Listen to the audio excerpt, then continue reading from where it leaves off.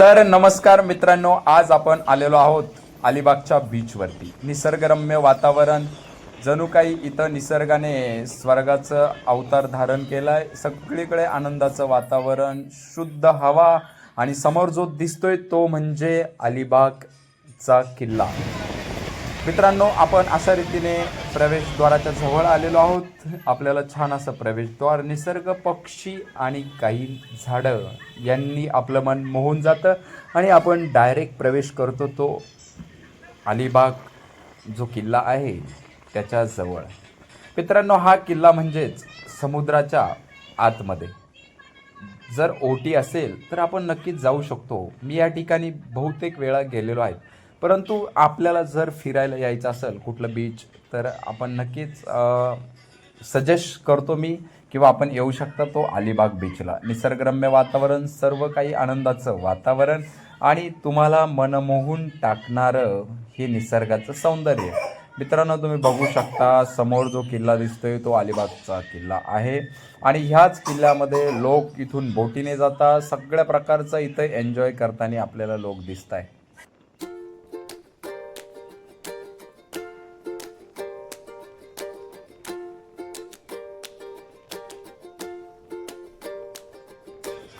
जो समोर दिसतोय मित्रांनो तो अलिबाग किल्ला.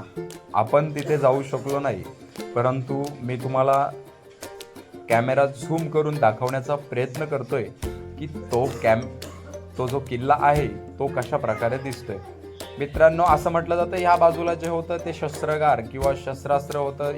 इकडं ते सगळं तोफ वगैरे जायची आणि इकडे या साईडला किल्ला होता.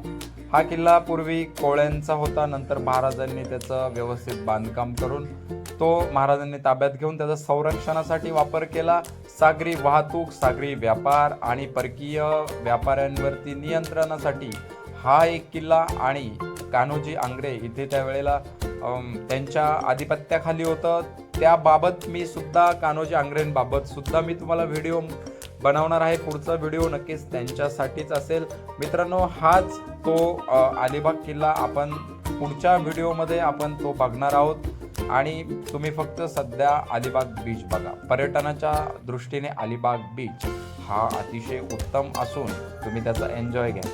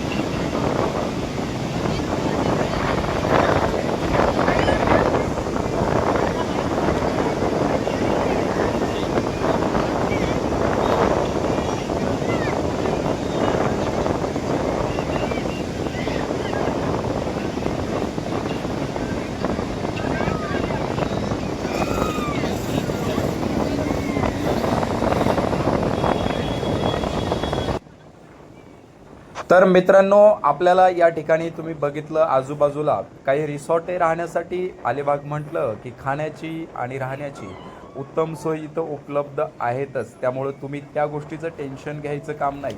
म्हणजेच तुम्हाला पेएबल म्हणजे एकदम लो प्राईजपासून हाय प्राईजपर्यंत सगळ्या सुखसुविधा इथं भेटतात. त्यामुळे त्याही गोष्टीचं टेन्शन घ्यायचं नाही.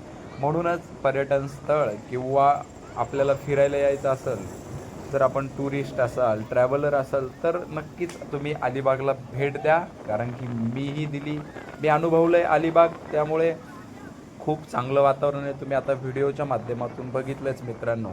इथं आल्यानंतर तुम्ही नुसता बीच नाही बघत, तर समोर एक किल्ला आहे तो पण बघता. तर मित्रांनो, बघा तुम्ही पुढे.